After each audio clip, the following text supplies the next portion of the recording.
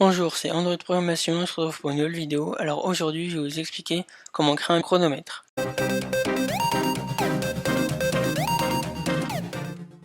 On ouvre Android Studio, Start a New Android Project, Empty Activity, Next, on va l'appeler Chrono, vous le mettez où vous voulez, Finish, on attend que ça charge. Alors voilà, ça a chargé. Donc on commence par l'éditeur graphique, donc on va ajouter deux TextView, un dessus on va écrire minuteur, et un deuxième où on affichera le temps qui s'est écoulé. Donc pour l'instant on met rien, on lui met des contraintes.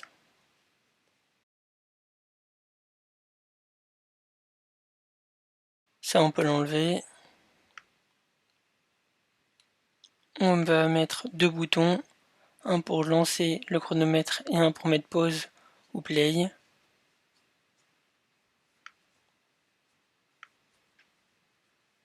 On met les contraintes bien sûr. On va mettre lancer le chrono. Et un deuxième où pour l'instant on va juste écrire pause. On met des contraintes.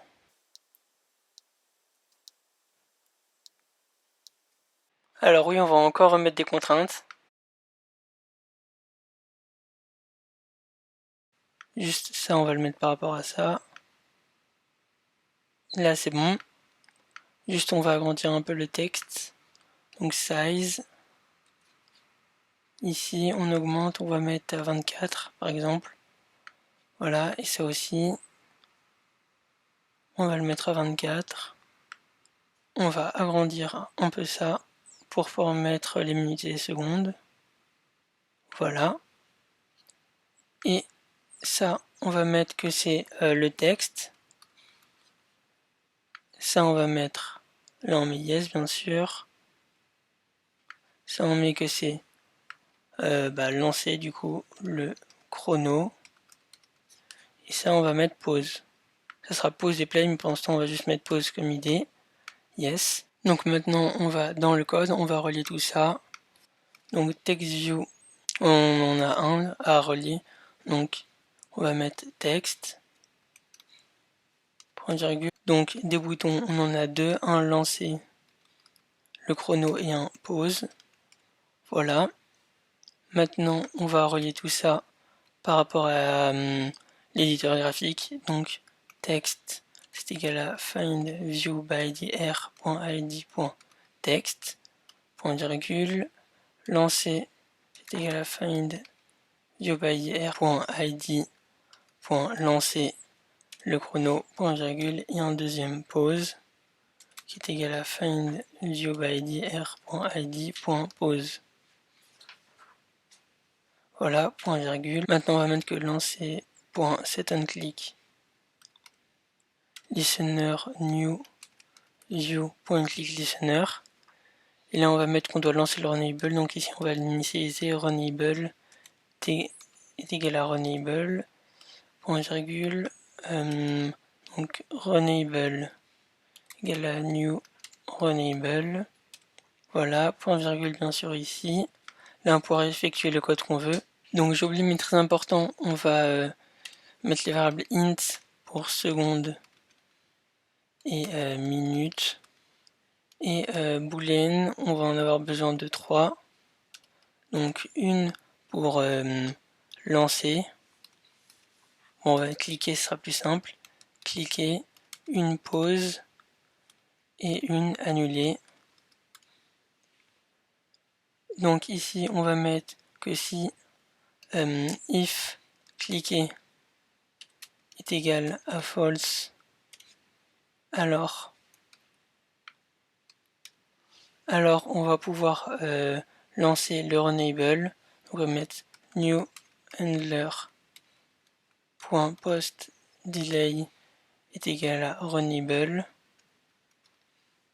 virgule, et là c'est le temps en millième de seconde, donc pour une seconde c'est 1000 point virgule.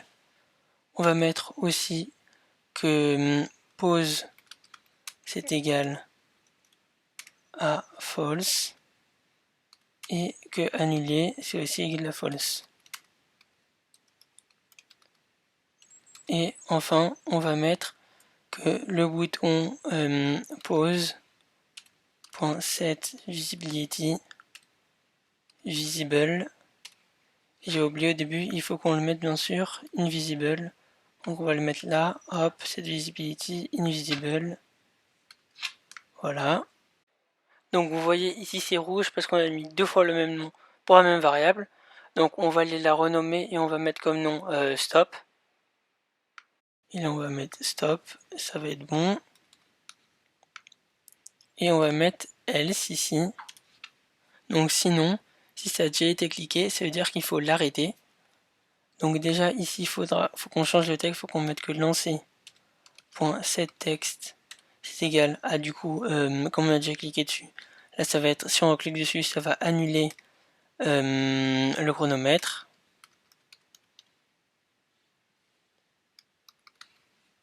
Voilà, et du coup, si c'est le cliquer, il est déjà bon. Donc on va mettre que il faut annuler le chronomètre, donc annuler égale à true.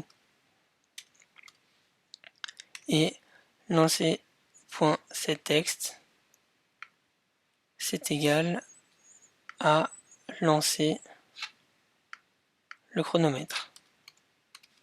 Donc maintenant on va pouvoir mettre que à chaque fois que toutes les secondes on rajoute 1 à la variable seconde, donc plus 1. Et on va mettre, point virgule bien sûr, et on va mettre que si secondes est égal à 60, est égal à 59 je veux dire, alors on va rajouter 1 à minute, minute plus 1. Et ici on met qu'il faut réinitialiser seconde à 00, point virgule. Et ici on va mettre qu'à chaque fois on rappelle le renable toutes les secondes, donc on copie ça, on le met là, et on met qu'on le rappelle seulement déjà si stop, non si annulé égale à false, si annulé égale à false, après il faut aussi qu'on vérifie que stop est égal à false, donc if stop égale à false, et si stop égale à false, alors on peut relancer le renable, sinon rien du tout, et si annulé c'est vrai, et bah alors on va devoir réinitialiser les variables, donc on va mettre else, seconde égale à 0 et minute égale à 0. Maintenant on a presque fini, on va s'occuper du deuxième bouton. On va mettre que pose.setOnClickListener new view.clickListener.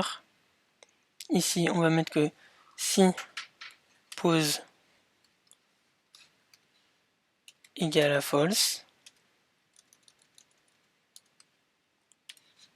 alors on va mettre, non, si pause je me suis trompé, c'est stop qui doit être égal à false, alors stop égale à true tout simplement, et inversement si stop est égal à true, alors quand on clique dessus il va être égal à false. Normalement on peut lancer l'application et là ça devrait marcher. Ah non, alors j'ai oublié un petit truc. Ici on va mettre que quand on reclique dessus, quand on annule, il faut qu'il devienne invisible. Donc on va recopier ça, hop, on le met ici. Alors je viens de me rendre compte, j'ai oublié deux trucs. Donc déjà on va mettre que quand on clique, du coup cliquer c'est égal à true.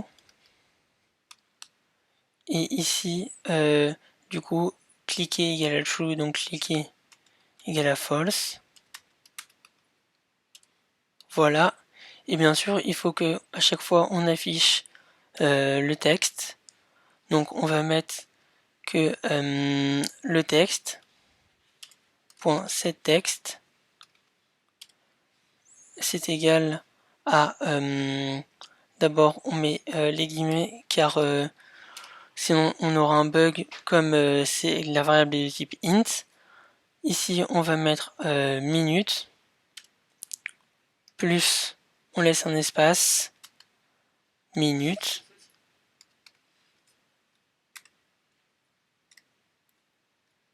on laisse un espace ici plus seconde plus bien sûr espace seconde. Donc je viens de me rendre compte, j'ai encore oublié un truc ici. Donc si stop égale à false, quand on clique dessus stop, quand on clique dessus je veux dire pause point set texte. Bien sûr il faut qu'on le change, il faut plus que ce soit sur pause mais il faut que ce soit sur play du coup. Et inversement en bas, il faut que ce soit sur pause. Et bien sûr ici il faut qu'on relance le enable, sinon ça risque pas de marcher. Hop, là on le relance. Donc il manque encore deux détails ici. Il faut encore réinitialiser à chaque fois qu'on appuie dessus. Donc voilà. Et aussi, en fait j'ai bien raison, c'était 60. Sinon ça va ajouter une minute à 59 secondes au lieu de 60. Donc voilà, maintenant on peut lancer l'application et c'est bon. Donc l'application s'est ouverte. On appuie sur lancer le chronomètre. Le chronomètre s'est mis en marche. Si on met pause, il s'arrête. Vous voyez que ça a changé, il y a écrit play. Maintenant si on clique dessus, il continue. Et on peut mettre annule le chronomètre. Ça recommence à 0. Et voilà. Et si on veut, bien sûr, on peut mettre lancer le chronomètre et l'arrêter directement. Donc voilà, c'est la fin de cette vidéo. Si elle vous a plu, n'hésitez pas à laisser un commentaire, un like et abonnez-vous et on se retrouve pour une prochaine vidéo.